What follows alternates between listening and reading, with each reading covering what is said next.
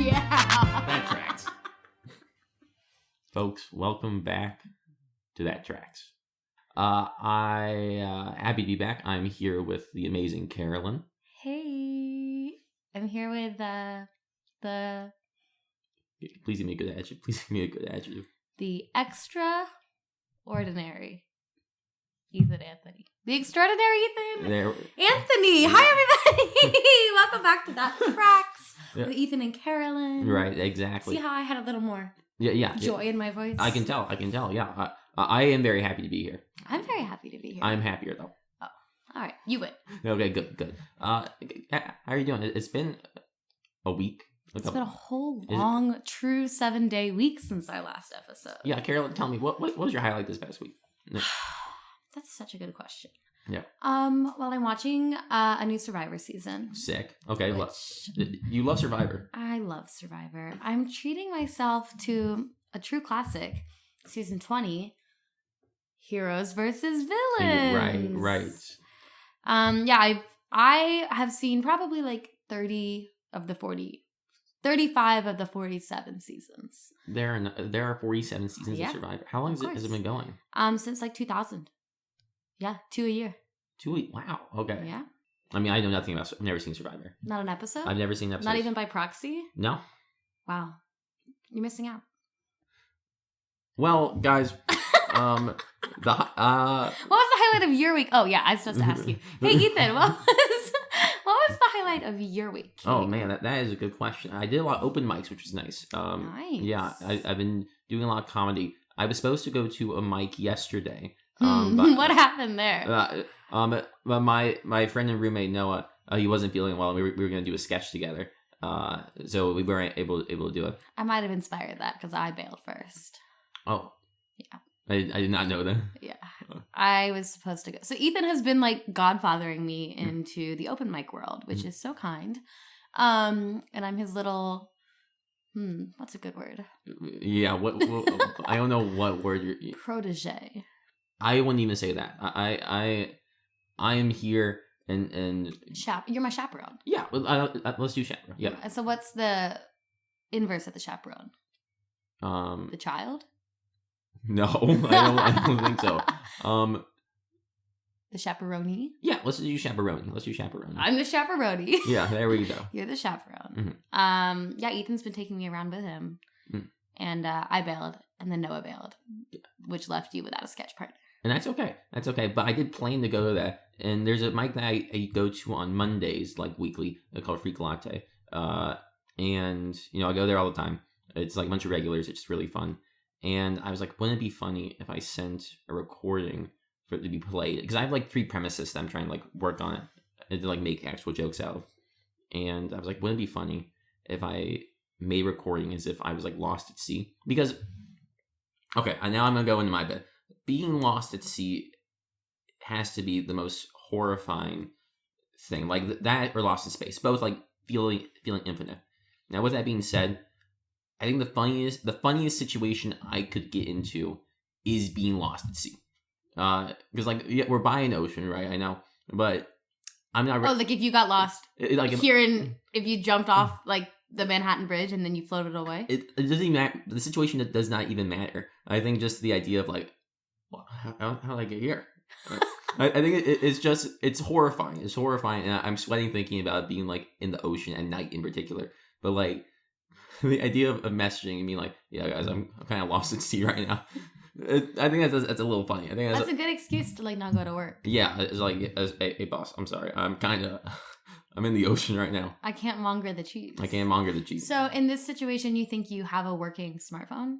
I do. And in this situation, I have only a little juice left. And I'm using all the juice I have to make this voice memo and sending it to my friend Steven. To play and be like, all right, guys, hope you guys like it. Are you like holding it above the water the whole time so it doesn't get messed up by the ocean if you have an iPhone? I kind of. I think I'm envisioning like I have like some like piece of wood holding on to that. And right. It's like, all right, guys, I have some joke ideas.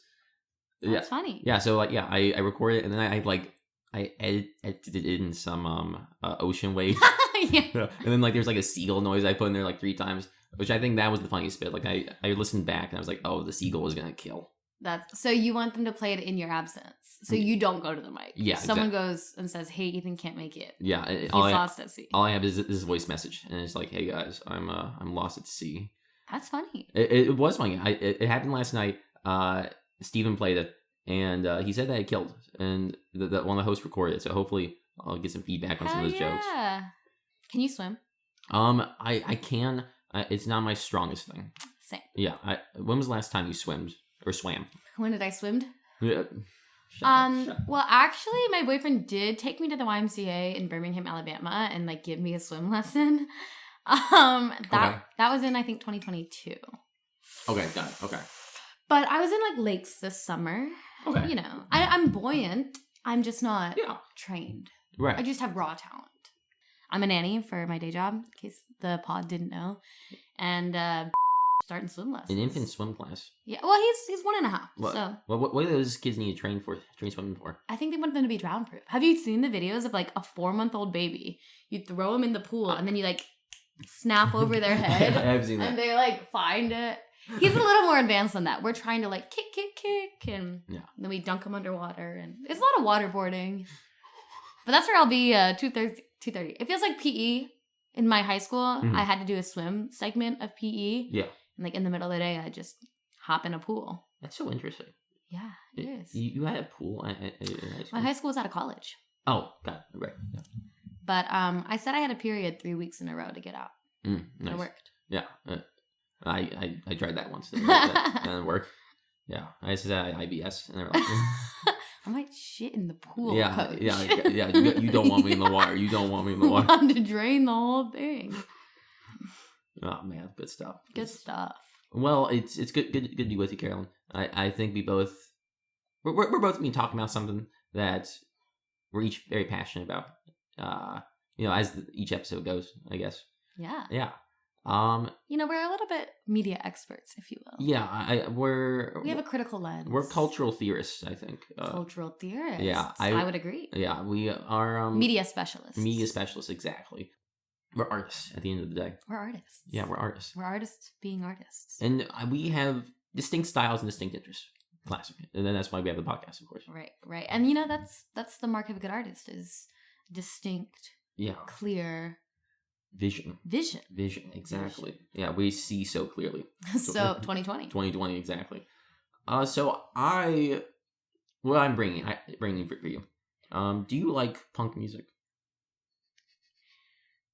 To counter that, let me name what I think might be a punk artist. Actually, that is such a better idea. Tell me your favorite punk artist. So favorite's a loose term, but one that I have familiarity with. Okay. I think No Doubt is punk, right? Yeah. Okay, great. Okay, that is way better. Yeah. I can name, I think, 2 songs by No Doubt. Yeah. I'm Just a Girl. And what? Then the second one? I can name 1 song by No Doubt. Okay. I think that's the only punk. Yeah, and No Doubt is a great choice. No Doubt is like pop punk, which is still punk. Paramore is punk, right? Yeah. Paramore is punk, and Paramore is like pop punk, but also kind of like falls in the emo punk realm too, like with like Panic! At the Disco. Yes, familiar. Fall Out Boy. Familiar. My Chemical Romance. Familiar. Yeah. Okay. Yeah, all emo pop punk. Yeah, I mean, I would never listen to an album or go to a concert or probably even select into hearing a song, but I have, cultural familiarity. Exactly. And something about me, though, is that I love punk. I am a big punk fan. And one of the first punk bands I saw live was the band Upchuck. Oh, as in vomit. As in vomit. And I'll come back in the story. As vomit always does. Comes back. Now that's good. That's good. That is good. Yeah. Have I told you about Upchuck? There's a lot of various nouns that you claim are band titles that I've heard various anecdotes about. That's quite fair. I'm sure I'll be name dropping a bunch of. So maybe. I haven't done much hardcore show exploration in New York. I got into it in Atlanta. That's where we went to school. Atlanta University, exactly. The only school in Atlanta. And the hardcore scene is really cool in in Atlanta, and there's a lot of small shows, a lot of small venues, and with that, there is the mosh pit, of course. Oh yes. Yeah. Is the mosh pit its origins in punk music? Well, that's a good question. You could maybe make that. You can make that observation. Yeah. Is everyone on drugs? No. Because what's interesting is that there is this there's a lot of punk genres, both in music and art, as well as people. There is I've wanted to write this essay for a while about the religious sects of punk, because there's a Christian punk scene, there's a Jewish punk scene, there's an Islamic punk scene. It's all very interesting. There's a subset of punks that are called straight edge punks, and a big thing with them. Then there's variation, of course, but there are punks that don't drink, don't do drugs. There are some that I think are abstinent as well, but that I'm not as familiar with that. Wow. Yeah. A full life of depravity, and then you let it all out in the mosh pit. Yeah.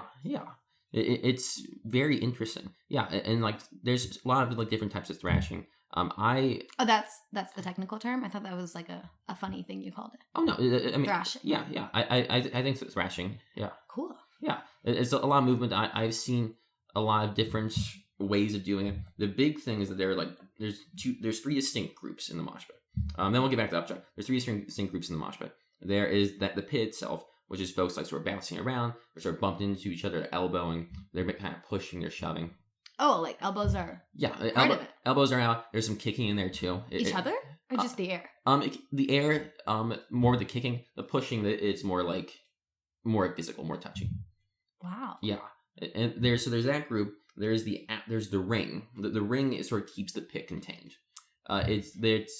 They can sort of push people around the pit to keep the animosity going. Or if someone falls, they're usually the first to pick them back up, make sure you're good, back in the pit. And then outside the ring is just folks who just want to watch the pit, who aren't really wanting to want to thrash around. I actually think I understand entirely, because my high school, a Christian high school, our prom every year, they invited the underclassmen so that we could be the ring, like you're saying, around the upperclassmen who wanted to grind and make out without the teachers seeing them. And so the upperclassmen would get the honor of being inside the pit. They were the pit, so that they could be horny sinners. And then us wee little freshmen and sophomores were there to essentially be a visual buffer between the teacher chaperones and the sinning happening. So it sounds a lot like what you're talking about. Yeah, it does. You threw me out of the loop for a sec, but I think, yeah. Thrashing, grinding, similar. You're right. Outer circle. You're so right. The teachers are the observers.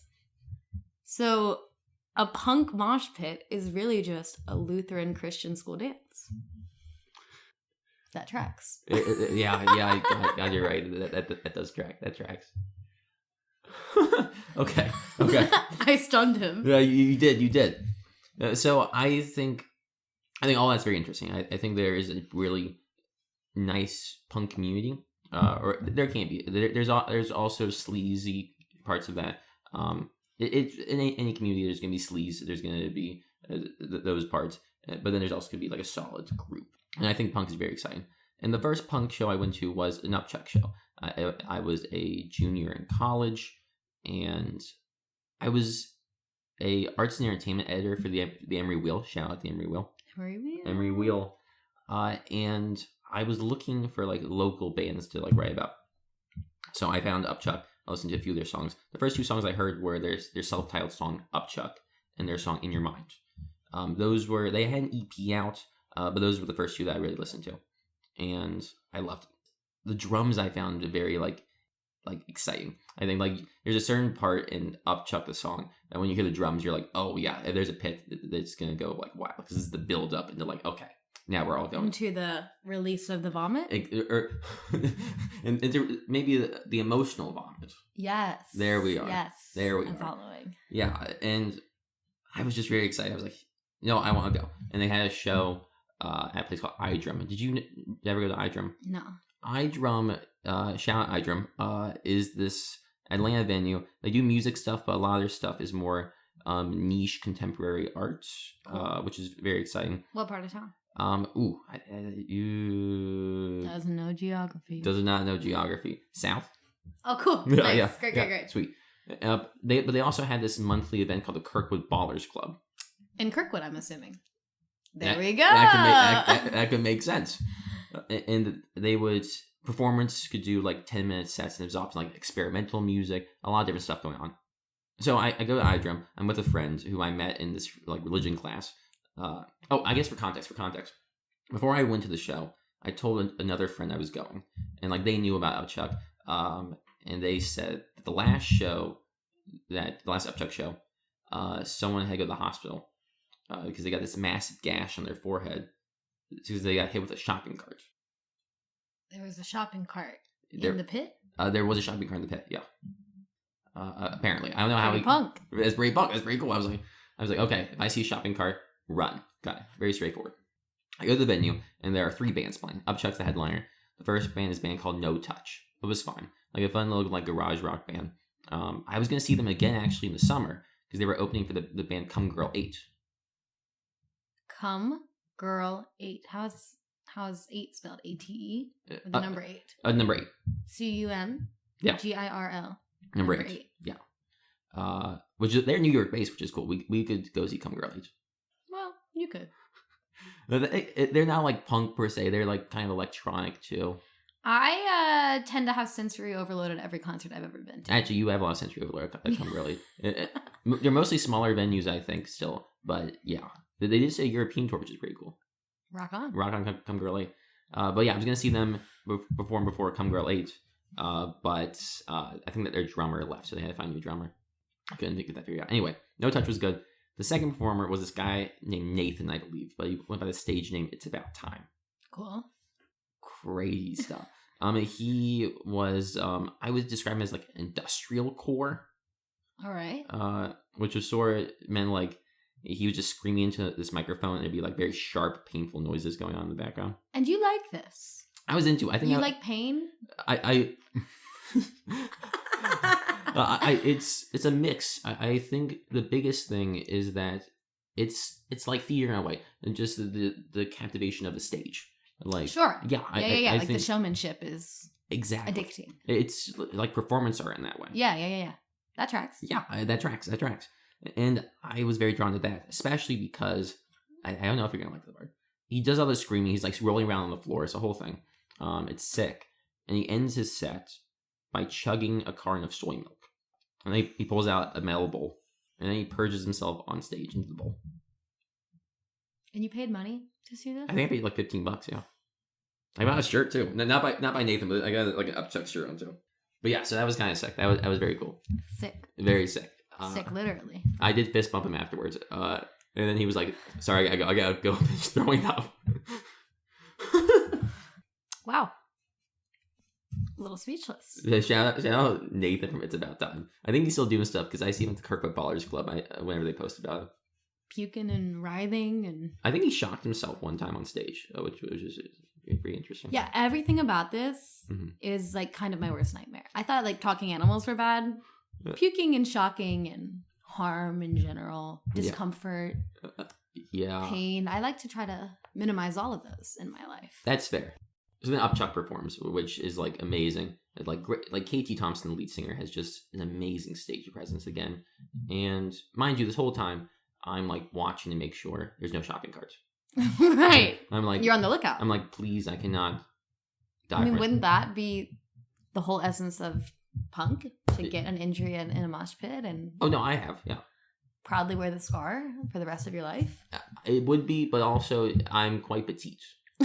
I'm quite petite, and I feel like if a shopping cart touched me, I would die. What a way to go. What a way to go. What if the shopping cart was like your life raft in the water? We could like a buoyant shop, because probably shopping carts sink, right? I didn't think about the holes, yeah. Oh, okay, so we make a buoyant shopping cart. Honestly, not a bad life raft. If you could like pool noodle around it to give it some buoyancy. I'd say so, yeah. You could sit in it. It would be very chill, yeah. And visually epic as hell. Yeah. If it was like bright red, like a Target shopping cart. Yeah. Ships to see you. Easy. Exactly. Put a little reflective tape on it. Exactly. Okay. So yeah, that's if I get lost at sea, shopping cart. So they're performing. They're about to do their last song, which is Upchuck, and the KT Thompson leaves. Takes a quick break. They come back with a shopping cart. It was behind the scenes. I was like, oh man, this is where it happens. This is where one of us gets hit. They push it into the pit. Upchuck starts off the stage. Off the stage, yeah. Push it into. That's so dangerous. No, there was a space. There was a space. They made like some room, and then. Is this all legal? Oh yeah, I mean like with iDrum, yeah, all legal. There's a few venues where. Do you have to sign a waiver? Well, did I have to sign a waiver? I don't think I did with them. There's other venues where I definitely did not. But I think. So you totally could sue them. I mean, if I could hit a shopping. That's not very punk. Oh yeah, no. Suing a venue. I would not. That's the opposite of punk. I would not. Exactly. I'm getting it. Yeah, there we go. Lawsuits are not punk. They're not punk. We'll be at the next show. And the Upchuck starts playing their song Upchuck, and they just start stomping the shopping cart. It's so fun. I think I saw a video of it. They're just like stomping on the shopping cart, like smashing it. Yeah, destroying it. Yeah, and someone hopped into the shopping cart and they sort of like picked them up. That's cool. That was cool. I have a picture of that. That was like the best thing. And I've seen that person before because they always wear a Letterman and they have a single earring with a tooth on it. See, even that alone would be enough for me to be like, I'm out. Yeah. Tooth earring, I would turn around. Yeah, you see the tooth earring, it's like, oh, not for me. I do not belong here. I am not welcome here. I'm sure I'm welcome. No. Yeah. I'm sure it's a very welcoming space. I myself. Yeah. It can be. When you're not mauled by carts and vomited on with soy milk. And do you think like people paid extra for the splash zone? Did people get vomited on? No. Oh, he contained? Yeah, he contained the bowl. Oh, there was a bowl. Yeah, he did it in a bowl. What kind of bowl? A metal bowl. Yeah. So you could really hear the splatter. Oh, that's a good point, actually. You probably did that on purpose. Man, he's a cool guy. I wish I'd see him again. I'm sure I'll be in New York. There's a big punk experimental music scene. So that's the first time I saw Upchuck, and I saw him a second time after the release of their 2022 album, Sense Yourself. Say it again? Sense Yourself. Sense Yourself. Sense Yourself, exactly. And it was great, because I think it'd been like almost a year since I'd seen him last. I went with a group of friends. We were deeper in the pit, which was nice. This is like a bigger venue too. I think this was so that you can grind without the teachers seeing. Exactly. That one was fun because I remember. I forget, there was 2 bands that performed before them. The first one I remember, it was a band called Mongo. That was caveman punk. Okay, now explain that, because that, out of everything you've described, is the most fascinating. Caveman punk is very fascinating. The band Mongo, I think they're based in the South. I think the Carolinas. Shout out. Ayo. And basically, they dress up as cavemen. Love it. And they sing songs with caveman language, like unga bunga, like that kind of like caveman. Wait, I love this. Yeah. Wait, this is like my entry point to punk. Caveman punk. Yeah, I think it's interesting you say that, because it's like, actually it's not, because it's like based in history in the sense that if we count caveman as history. Sure. Right. And there's also some like theatricality to it as well. Is it giving like Flintstones? Is there like a cute girl caveman? Cave woman? There was, yes, I forgot. And like a little mini skirt? Like a short, like a Flintstones dress. Yeah, like a 2-piece thing. Yeah! Wait, I'm into this. And she held up a sign. I'll show you clips after. She held up a sign. I think when they say unga, we said like bunga. Bunga. Yeah, exactly. Love it. Yeah. Okay, now I'm there. Yeah, Mongo, sick. They were a great opener. There's another one that was like kind of shoegaze, kind of not like death metal. More shoegaze, I'd say. Shoegaze? Shoegaze. That's a genre? It is. Okay. Shoegaze. This is so fun, actually. This is so great. So shoegaze is a subset of rock, a bit of punk too. It's so. Are you familiar with like the pedals that you use with like a guitar? Yes. Yeah.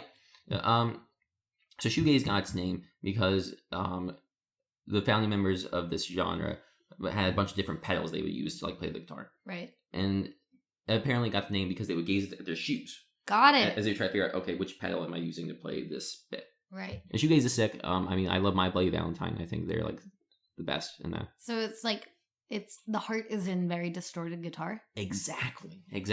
Yeah.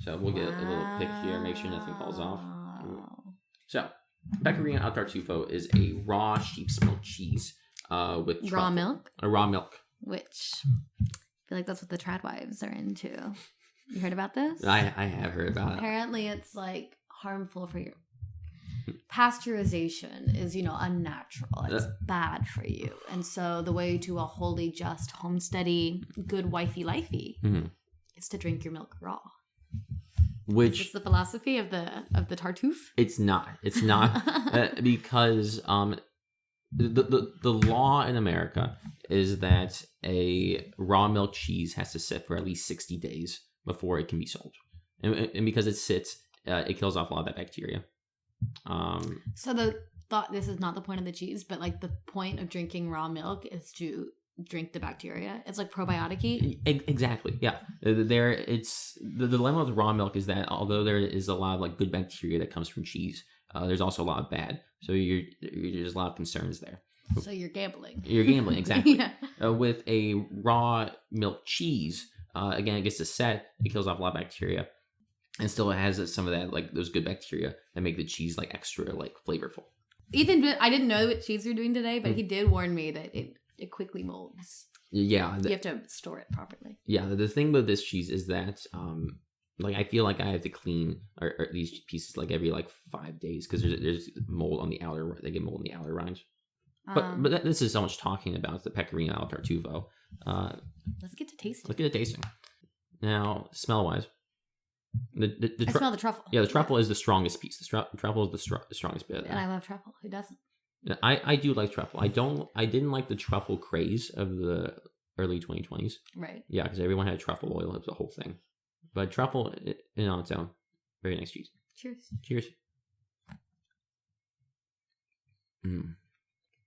That's delicious. Oh my god, that is so good. There's just that sweetness to the sheep's milk cheese, which is very lovely. And then that truffle comes in at like the back. And the pecorino-ness. Pecorino-ness, right. I get the pecorino. Mm-hmm. Because pecorino is often like in the parm with a more age. Like an aged pecorino is in the aged Parmesan land, 100%. Right? Exactly. And so this is just a far less... If it aged longer, it would get harder? Yes. Can a raw milk cheese get as hard as like a parm that I would buy in the grocery store? Like an aged? It can get similar. But it will never be as hard per se. Most aged cheeses are with cow's milk. That's just part of preparation. With that, there's usually a freshness to like a sheep's milk and a goat's milk. This is delicious. Thank you. Yeah. Well, that's our pecorino. That's our Pecorino al Tartufo, and that can't wait for next week. And that is the cheese segment. Whoa! That was something. Yeah. All right, we got to put this away. You want any more? No, I'm good. All right. I have one more before I go. Wow, I enjoyed learning about punk so much, despite the visceral pain I felt. Right, that's fair. My piece that I'm bringing to the committee today, I would say it's a little different. Cool. Okay. Love different. Yeah, so no surprise, the genre we're looking at is musical theater. Musical, oh my god, of course. Which is a fun contrast to punk. Don't be wicked. Please don't be wicked. It's not wicked, but there is a through line, I gotta say. There's a little Easter egg. There's a little wicked Easter egg in here. Wicked Easter egg, okay. Yeah, so kind of like we were talking about with like textures and sounds that are really appealing to me. I really enjoy how polished and how honestly easy listening it is for me to listen to musical theater. I like how clean the production is. I like how everything, like, we're not adding textures really. We're just like trying to capture the musicality, I think. Yeah. And then when it's performed live on stage, often the talent and the magnetism of the cast and the way that all of it works together with live, like orchestra and sets and the convention of stage and audience, like it all works together to be as overwhelming to some, I think, as texture could be. I think both punk and musical theater, the sum of their parts, are like kind of an overwhelming visceral effect. Absolutely. Yeah. Through very, very, very different strategies. Yeah. I guess there could be puking in a musical. I've never seen it. So the musical that I'm going to be talking about today is, we'll play a guessing game. The name of it is a number between 1 and 30. Between 1 and 30. Okay. And there's actually another musical that's another number between 1 and 30. Is there one called 12 or 12 Angry Men? Okay. 12 Angry Men is a play. Right. 12 Angry Men. I know they made the musical that was like 12. Not yet. Okay. I like it. Oh, and there's a lot of musicals that are numbers. No, not 12. Okay. Now I'm trying to think of other ones. Is there one that's 27 for like the 27 Club? No. Okay. 27 Dresses, right? I bet someone was going to make that into a musical. I'm sure. Is there one called 7? No. All right. Wait, what's the other one that you're thinking? Not the one... 6. 6. Ethan. This is a musical about the 6 ex-wives of Henry VIII, and it's told via like a electronic pop concert. Sick. And all of the wives, currently playing on Broadway, all of the wives are like competing to be the ultimate pop star. Mm-hmm. And, a lot of them are dead. But, they're having like a ex-wives pop battle. Okay, that's sick. Yeah. I didn't know about this. That's 6. There's one called 9. And then the one we're going to talk about today is, wait for it, 13. 13. Jason Robert Brown's 13, the musical. Mm-hmm. Have you ever heard of this? Here's the thing. I think you played a clip for me before. Were you at my house when I made you watch the guy who gets on the box and sings the one high note and then leaves the stage? I think so. Yeah, I think it was us two, Katie, Noah, and Steven. Yeah. And I made us watch the whole thing. Now that I don't remember, because honestly, I zoned out quite a bit. So let's get into it. 13, the musical, is a musical about turning 13. Awful. It follows Evan Goldman. He is coming up on his bar mitzvah, and he is moving. His parents are having a divorce. He's been living in New York City, greatest city in the world, getting ready for his epic becoming a man party. Can't wait. And then his parents split, and he has to move to the middle of nowhere, Indiana. Gotcha. Bummer. And he's trying to make friends, and we're just kind of placed into the geopolitical sphere that is 7th grade. Mm-hmm. It opened on Broadway in 2008, and it was really cool because the entire cast and the entire orchestra were all teenagers. All between the ages of, I think, like 12 and 15. Oh, that sounds awful. Like the bass player, the drummer, everybody involved. Mm-hmm. Now, where's the wicked Easter egg, you might ask? I was not going to, but sure. Okay. Yeah. Ariana Grande Butera made her Broadway debut in 13 the Musical. She made her Broadway debut in 13 the Musical. Yeah, she played Charlotte, like a gossiping 13-year-old. Wow. And I'm assuming she was like, she was like 12, 15 at this time? Yeah. Was this pre-Victorious? Yeah. Okay, that makes sense. Yeah. Pre-Victorious. And another Victorious actor, Liz Gillies. Yeah, okay. Yeah. She is in 13, playing the bad man stealing slutty girl. Fascinating. Therefore, when I was like trying to manifest a production of 13 that I could be in so that I could get my first kiss, gotcha. I wanted to be the slutty Liz Gillies role because she got the most action. I see. Okay, that makes sense. Because if you're a theater kid, the only way you're getting action is if it's directed on stage with people clapping. That's probably a lot of how I became who I am. How were you when you were 13? When I was 13... Like, how much do you feel like you related to? So this was like the life I wanted to live. When I was 13, I was in a 5-person class in my school. Yeah. I had gotten a keratin treatment. I had asked Santa Claus to chemically straighten my hair. Okay. He could do that. Oh my god! I got ramped up my gifts to Santa. Yeah, I had braces. I was trying to be that girl. You know, it was Uggs. It was jeggings. It was justice. Being a girl. Being a girl. Yeah. Being a girl. But my school was so small that there were no male prospects. Oh, I see. Okay. There were like 2 boys, 3 girls. We had all been together since we were 5. Mm-hmm. So I had to go to the theater. The classic. The classic. Yeah. What were you like when you were 13? I mean, fashion-wise, awful fashion. Yeah, what were boys wearing in 2013? I was sort of rocking what I call the Big Bang Theory core, you know? Which, not bangs. No, but like the classic sitcom, The Big Bang Theory. Right. Where I wear... Sheldon core? Kind of Sheldon core, Were you a Sheldon? I could see you being a little... You were young Sheldon. Guys, Eythen Anthony is the inspo for the series Young Sheldon. And I never got my credit. I never got my royalties for that. Oh. But I was wearing skinny jeans and I was wearing like graphic tees with comic book characters on. What footwear? Footwear? Oh, I think mostly Converse. Maybe some running shoes because I was on the cross country team. Oh. I was on track team. I was on Accutane.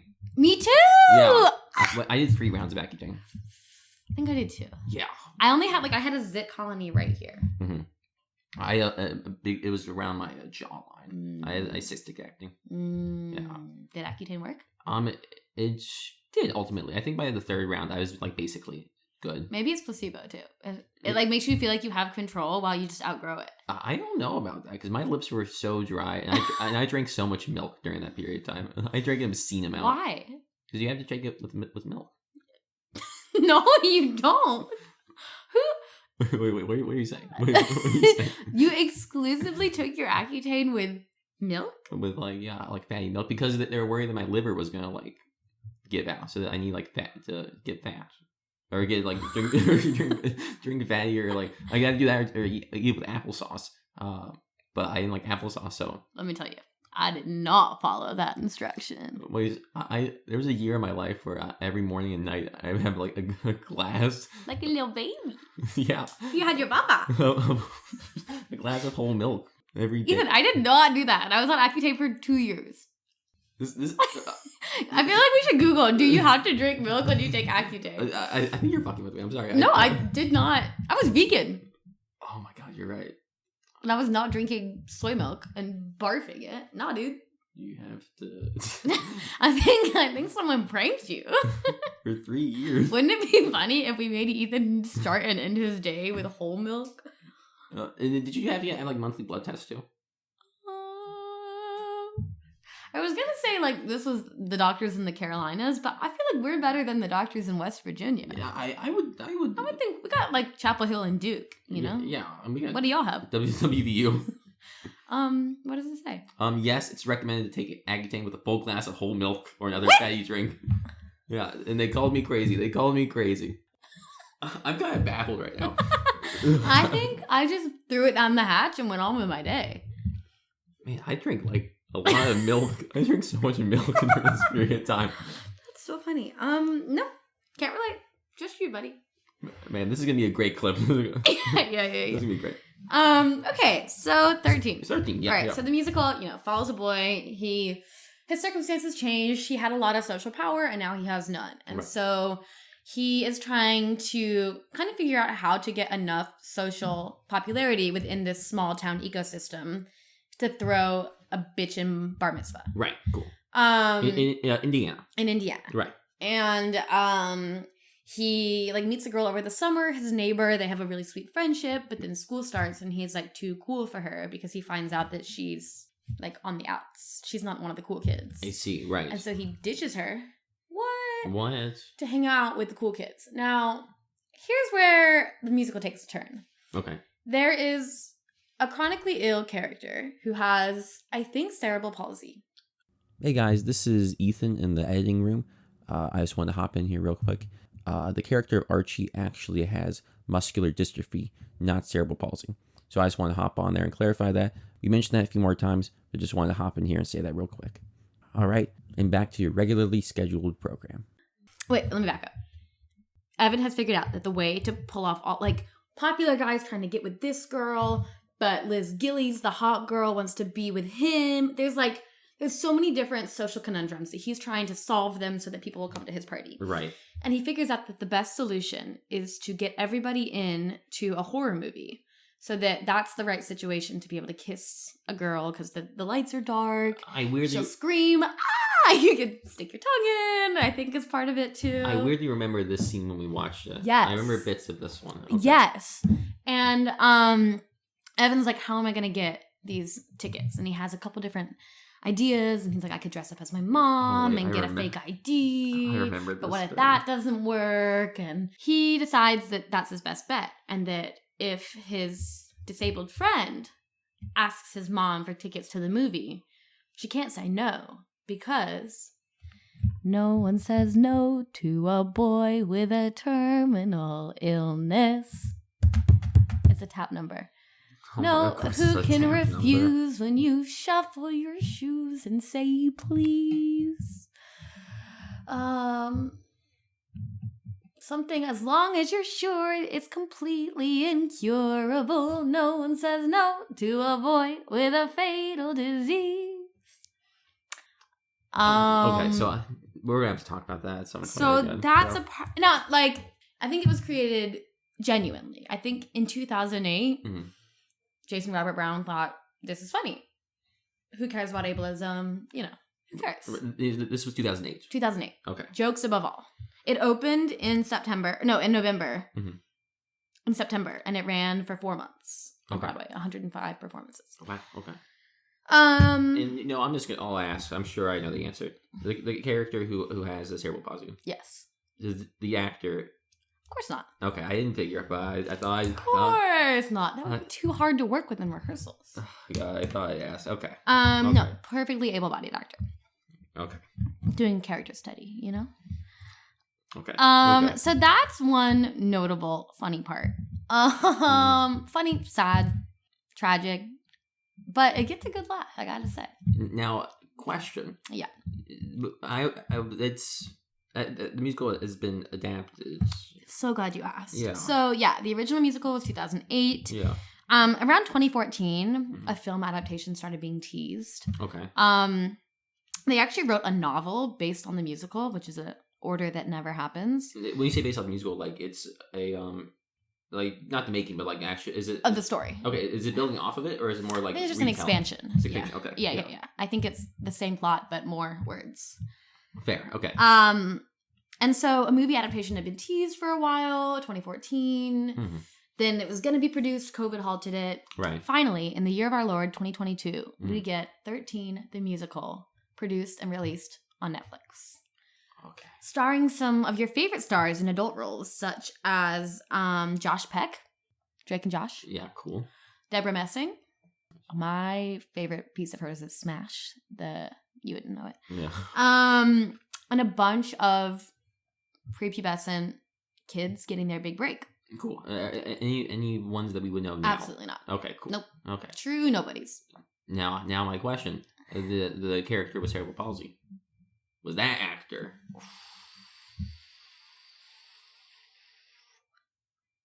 I'm not 100% sure. Okay. Yeah, okay.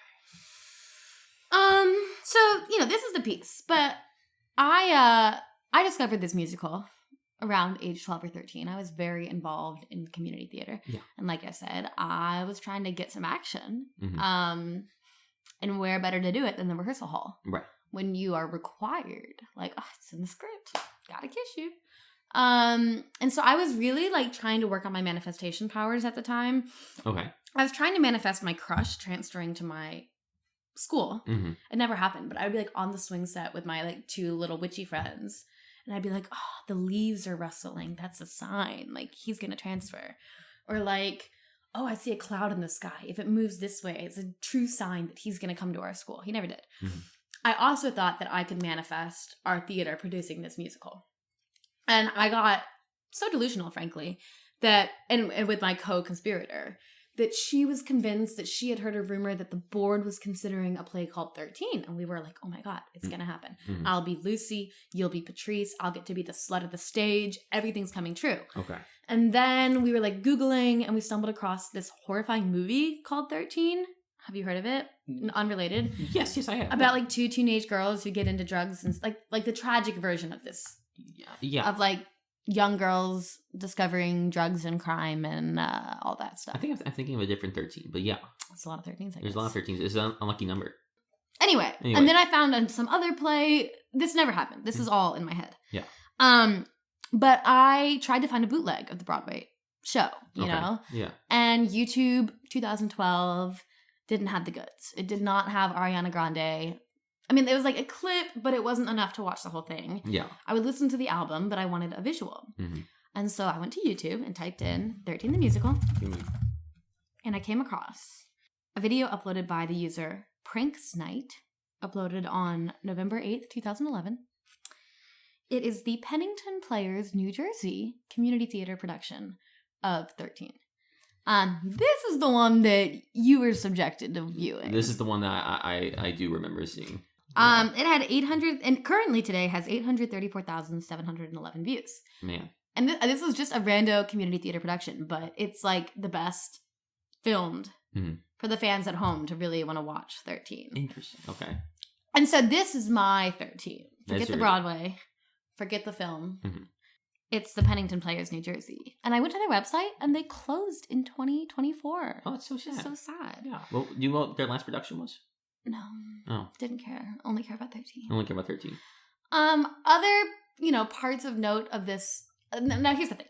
Okay. The score is catchy as hell. Maybe not the Terminal Disease song, but there's like a cheer number called Opportunity that's fire as hell. There's a huge medley of getting ready with key changes like I like, with like corresponding vocal lines, and it's everyone getting ready for the big night at the movie theater. I do think I know. You're saying these moments, I'm like, okay, I can see some image. And there's the two girls. So there's Slut Liz Gillies, and then there's Good Girl, Kendra. Do we need to call her Slut?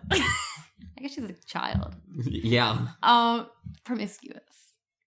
Sure. Okay. Slut Lucy. I think that's a good name. Yeah, okay. And then there's Good Girl Kendra. So all the boys want Good Girl Kendra. Because the boys always want to defile the just, pious girl. This is like the history of mankind. Okay. And Lucy is like, no. Brett, the popular boy, is not going to be with Good Girl Kendra. So I will simply manipulate her out of it so that I get to keep the boy. And she sings this cheerleading number. Mm. And she's like, Brett wants Kendra to be his girlfriend. But Brett is the boy that I want to be with. It's all like so mood. Like the score, the composer, I really like his work. Maybe not the Terminal Illness, but Jason Robert Brown composed The Last 5 Years, Parade. Yeah, okay. I know Parade. There we go. Yeah. That's pretty good taste you have, sir. Yeah, what can I say? Actor. So, like, the score is good, and the songs are catchy, and they're fun to sing, and because they were written for teenagers, they're, like, not super difficult to sing vocally as an adult, because they were made for, like, changing voices. Right. And this probably isn't true, but someone told me, a source said that they had to close because they couldn't find a replacement for the lead, because his voice was changing, and he couldn't sing it anymore, and they couldn't find another 13-year-old whose voice was, like, in... Because it's, like... Honestly, the mastery of his pubescent voice, where it sits in the score, pretty impressive. Yeah. Yeah, that's so sad.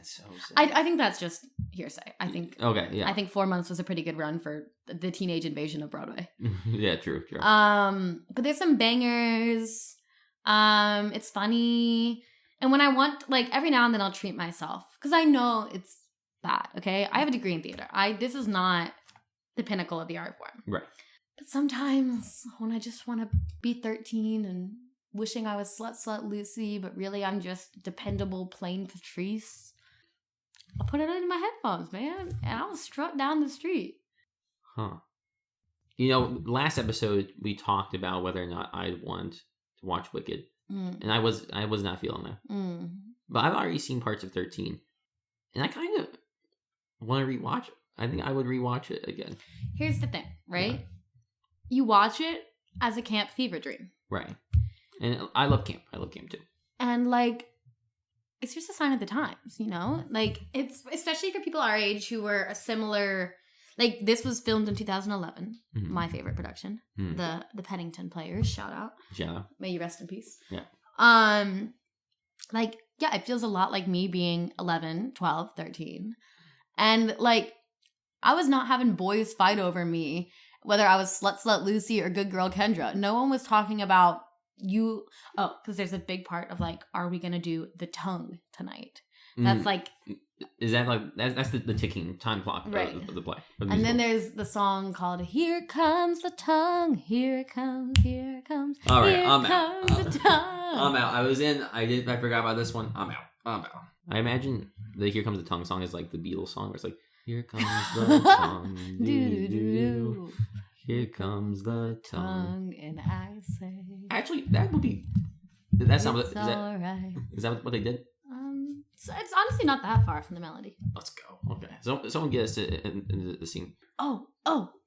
Because what happens at the movie, Kendra doesn't get to do the tongue with Brett. Lucy pushes her down, and Archie and Brett were both going in. Oh, right. Because. Wait. Because Evan, he's trying to do all these deals. Yeah. Archie wants to be with good girl Kendra, cerebral palsy king. Brett, the bad boy, popular boy, wants to be with Kendra, the Viola virgin. Yeah. And so both of them are sat next to Kendra at the movie. And they both think that the kiss is going to happen. Mm-hmm. And Slut Lucy is behind good girl Kendra. Right. And so the moment is coming together. Both boys are leading in for the kiss to kiss Kendra. Mm-hmm. And Lucy pushes her down out of the way. And it's dark and it's the movie. So the two boys kiss. Oh my God. And then everyone turns on Evan because they were like, you made all these promises. You're fucking everything up. No one's coming to your bar mitzvah. Loser. Mm-hmm. And then he tries to go back to Patrice, his original friend. And she's like, you don't know what it means to be a friend. Period. Don't really remember how it's resolved at all, actually. Huh. Guys, I think this brings us to the end of our second episode. Yeah. We've talked about a lot. We've talked about a lot. A lot of things. And it's we'll great. See what makes it to air. Yeah, we will see. We will see. Thanks for tuning in. Yeah, this is THAT TRACKZ. Follow us on our socials. Yeah. Carolyn, what's your Instagram? At Carolyn Ausler. Now, hopefully, within time, y'all can spell my name without me spelling it for you, but I'll do it today. Mm-hmm. At CarolynOursler.